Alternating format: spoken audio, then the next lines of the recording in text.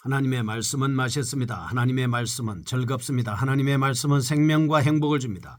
500독 성경 통독 훈련 원장입니다. 여수 살리는 교회 임기환 목사가 하나님의 말씀을 봉독하고 전하는 시간입니다. 함께 하시면 기적이 일어납니다. 알람을 설정하시고 들으시면 좋겠습니다. 본 방송은 유튜브에서 성경 통독 임기환 검색하시고 구독하시면 계속되는 하나님의 말씀 업데이트를 통해서 은혜 받으실 수 있습니다. 오늘은 시편 49편을 봉독합니다. 그리고 말씀을 전하겠습니다. 시편 49편 고라자손의 시. 인도자를 따라 부르는 노래.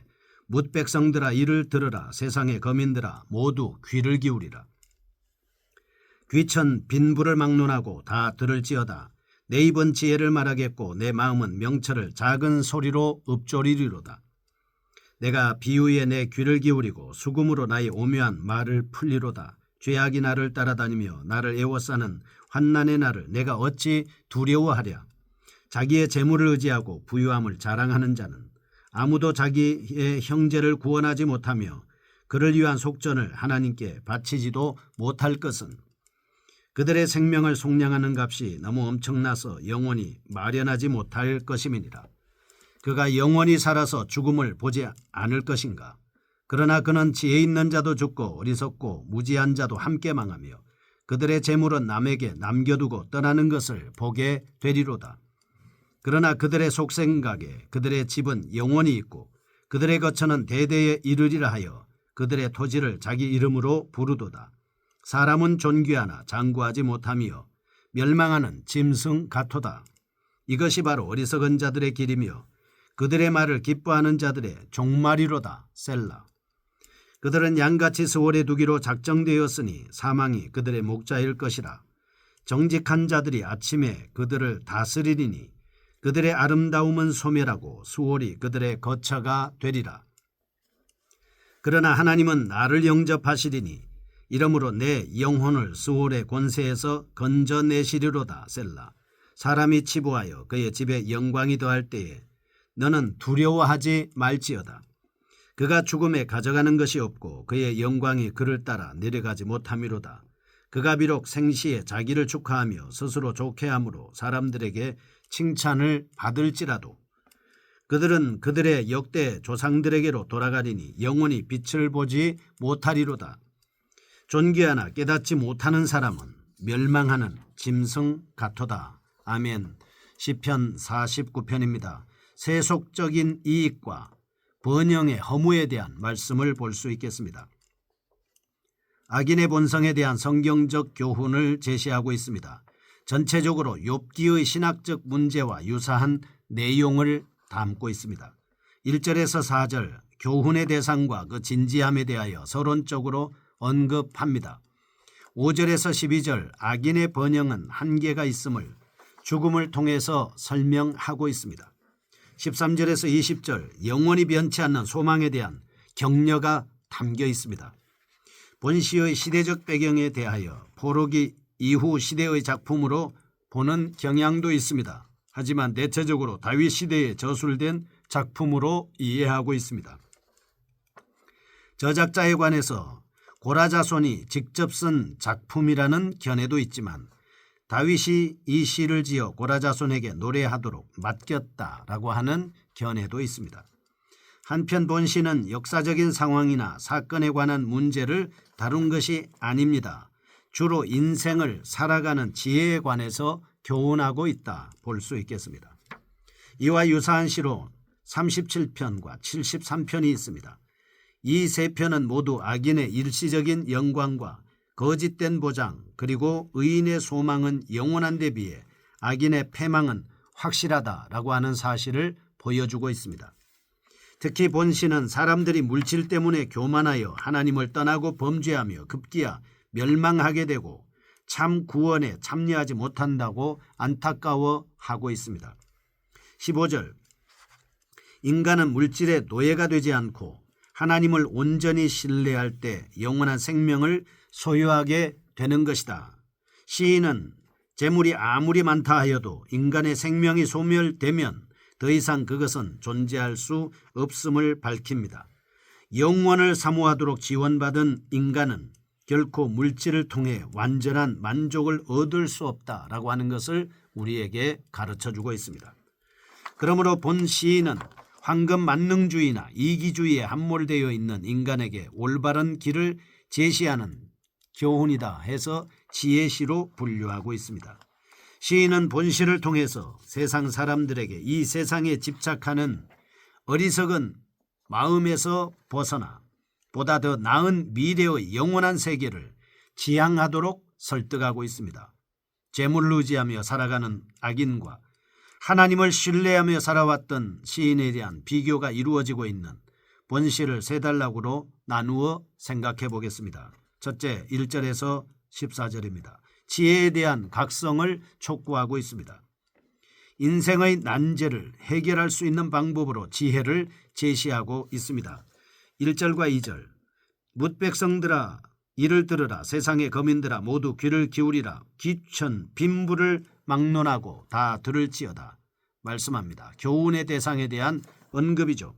3절과 4절, 내 입은 지혜를 말하겠고 내 마음은 명철을 작은 소리로 읊조리리로다. 내가 비유에 내 귀를 기울이고 수금으로 나의 오묘한 말을 풀리로다. 그래서 교훈 전달을 함에 있어서 진지한 자세를 살펴볼 수 있겠습니다. 시인은 교훈의 내용에 대해서 무한한 긍지와 자부심을 가지고 세상에 대해서 목소리를 높이고 있습니다. 영적 자각은 세상에서 가장 중요합니다. 모든 계층의 사람이 반드시 가져야 할 것이다 볼 수 있겠습니다. 영적 각성 없이는 새로운 역사가 시작되지 않습니다. 시인은 이런 사실을 절감하면서 빈부 귀천을 막론하고 모든 사람이 하나님의 진리 앞에서 엎드려야 된다라고 하는 것을 천명하고 있습니다.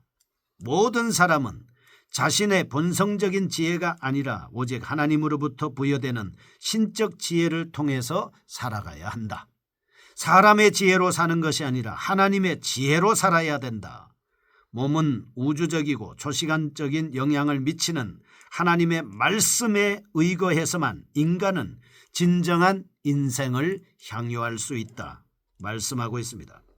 이러한 시인의 외침은 당시 이스라엘의 편협한 민족주의적 색채를 고려할 때 매우 충격적인 내용이다 볼 수 있습니다.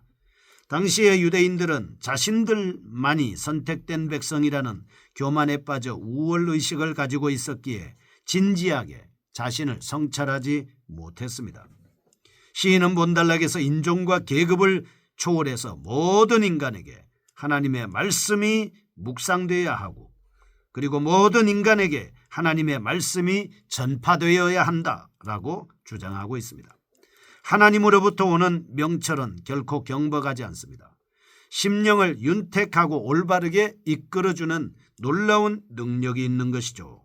그래서 하나님은 다니엘이나 요셉이나 이런 사람들 사용해서 쓸 때, 성막을 지을 때, 올리압이나 이런 사람, 부살린이나 이런 사람을 선택해서 사용할 때 그 사람들은 지혜도 있고 총명도 있고 지식도 있고 하나님의 영이 있는 그런 사람들이었습니다.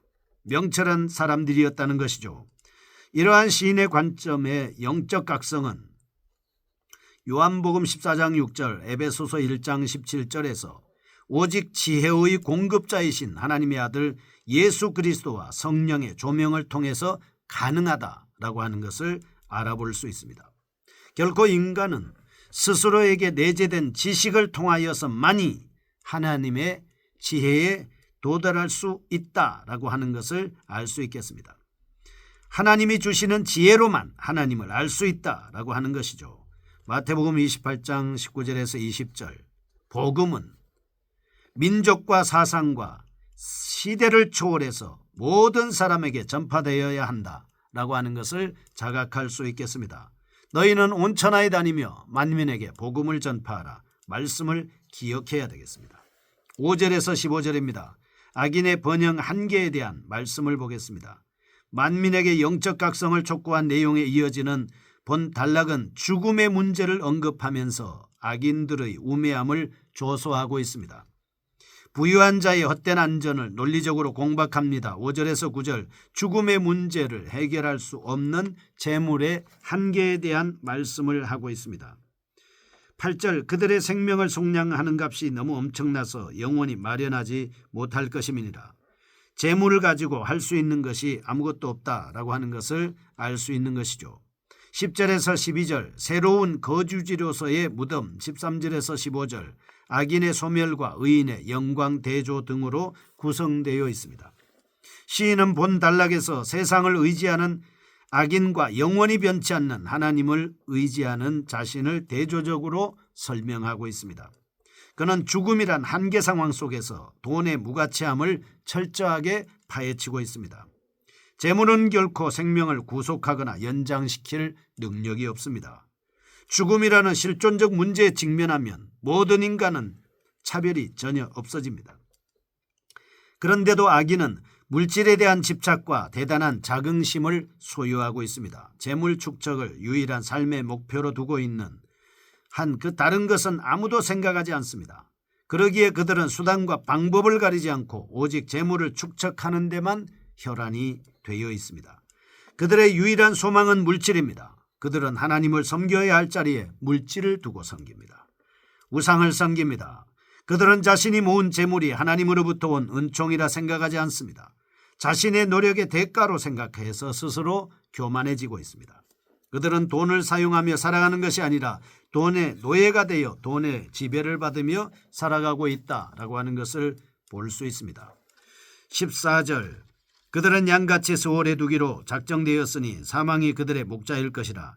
정직한 자들이 아침에 그들을 다스리리니 그들의 아름다움은 소멸하고 수월이 그들의 거처가 되리라. 아멘. 인간이 아무리 많은 재물을 소유한다 해도 결코 자신의 생명 문제에 관해서는 조그만 영향력도 발휘하지 못한다.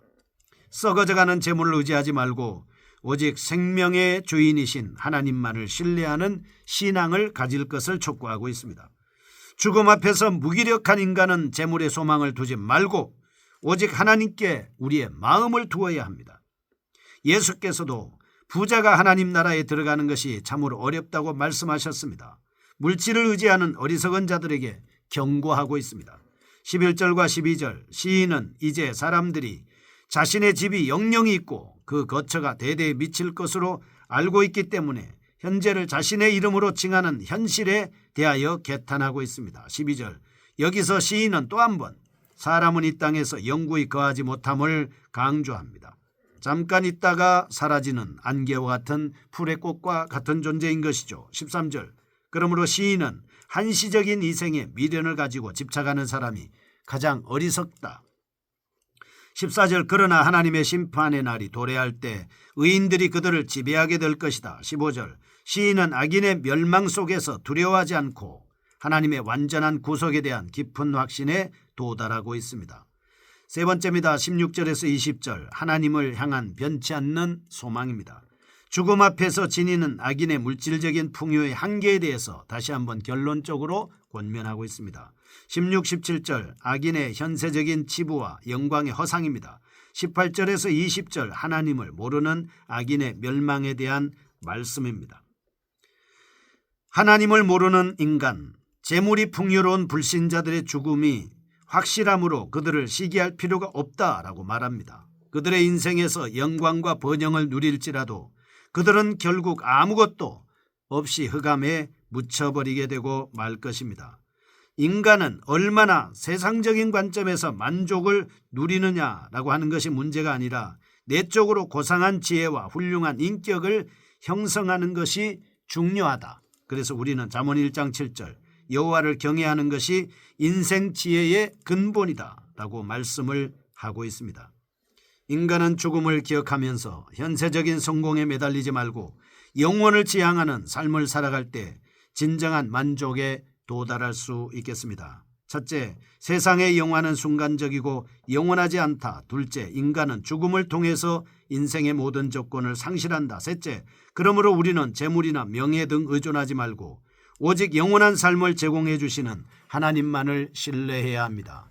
거룩하신 하나님만을 신뢰하는 저희가 되게 하여 주옵소서. 예수님의 이름으로 기도합니다. 아멘. 여수 살리는 교회 임기환 목사였습니다. 지금 극동방송을 듣게 하세요. 기적이 일어납니다. 우리는 지금 생명을 전하고 있습니다.